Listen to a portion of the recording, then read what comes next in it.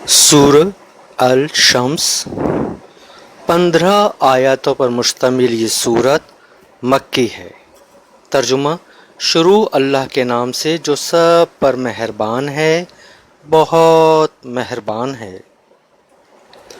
قسم ہے سورج کی اور اس کی پھیلی ہوئی دھوپ کی، اور چاند کی جب وہ سورج کے پیچھے پیچھے آئے، اور دن کی جب وہ سورج کو جلوہ دکھا دے، اور رات کی جب وہ اس پر چھا کر اسے چھپا لے۔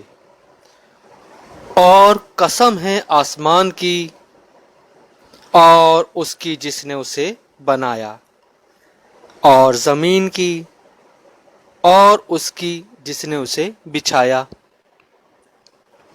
اور انسانی جان کی اور اس کی جس نے اسے سنوارا۔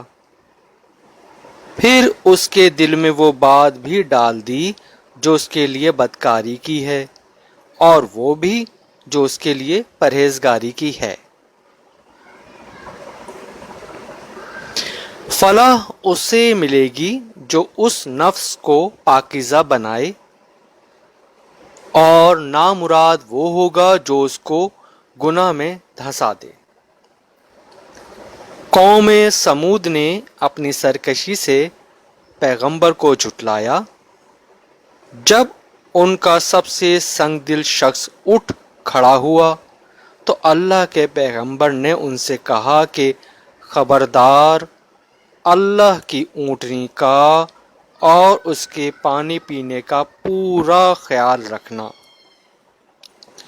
پھر بھی انہوں نے پیغمبر کو جھٹلایا اور اس اونٹنی کو مار ڈالا۔